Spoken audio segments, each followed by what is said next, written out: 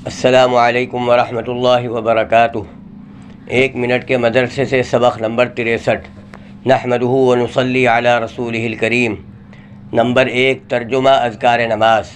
اللہ الہ کہ کوئی معبود نہیں الا اللہ اللہ کے سوا، واشہد ان محمدًا اور میں گواہی دیتا ہوں کہ محمد صلی اللہ علیہ وسلم۔ نمبر 2، نماز کی سنتیں عورتوں کے لیے۔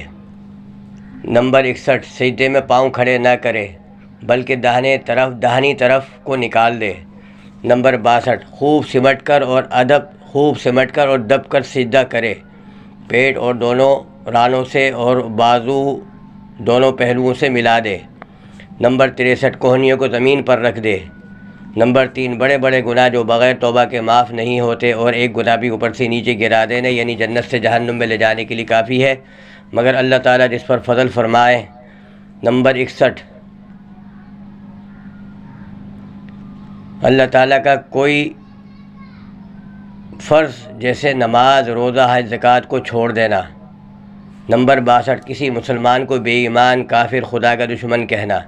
نمبر 63، بھاوے تاوے کر کے بعد میں زبردستی کر کے کم دینا۔ نمبر 4، گناہ کے نقصانات جو دنیا میں پیش آتے ہیں۔ نمبر 1، گنہگار آدمی فرشتے کی دعا سے محروم ہو جاتا ہے۔ گنہگار آدمی فرشتوں کی دعاؤں سے محروم ہو جاتا ہے، کیونکہ فرشتے ان مومنین کے لیے دعائیں مغفرت کرتے ہیں جو اللہ تعالیٰ کے بتائے ہوئے راستے پر چلتے ہیں۔ بس جس نے گناہ کر کے وہ راہ چھوڑ دی، وہ اس دولت کا کہاں مستحق رہا۔ نمبر 2، طرح طرح کی خرابیاں گناہوں کی نحوست سے زمین میں پیدا ہوتی ہیں۔ پانی، ہوا، غلہ، پھل ناقص ہو جاتے ہیں۔ نمبر 3، گناہ کرنے سے شرم و حیا جاتی رہتی ہے، اور جب شرم و حیا نہیں رہتی تو آدمی جو کچھ کر گزرے تھوڑا ہے۔ نمبر 5، طاعت کے فائدے جو دنیا میں ملتے ہیں۔ نمبر 1، بعض مالی عبادات سے اللہ تعالیٰ کا غصہ بجھتا ہے اور بری حالت پر موت نہیں آتی۔ حدیث پاک میں ہے کہ صدقہ پروردگار کے غصے کو بجھاتا ہے اور بری موت سے بچاتا ہے۔ نمبر 2، دعا سے بلا ٹلتی ہے اور نیکی کرنے سے عمر بڑھتی ہے۔ نمبر 3، بعض نیکیوں سے تمام کام بن جاتے ہیں، جیسے سورہ یاسین پڑھنے سے۔ حدیث پاک میں ہے کہ جو شخص شروع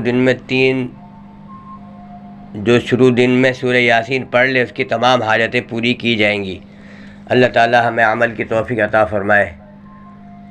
دوستوں، میرے 2 چینل ہیں الحمد اور گلدستہ اکابر کے نام سے، اس کو سبسکرائب کریں اور گھنٹی کے بٹن کو دبائیں اور اپنے دوستوں کے ساتھ شیئر کریں، اور ویڈیو پسند آنے پر کمنٹ باکس میں اپنے خیالات کا اظہار کیا کریں۔ السلام علیکم ورحمۃ اللہ وبرکاتہ۔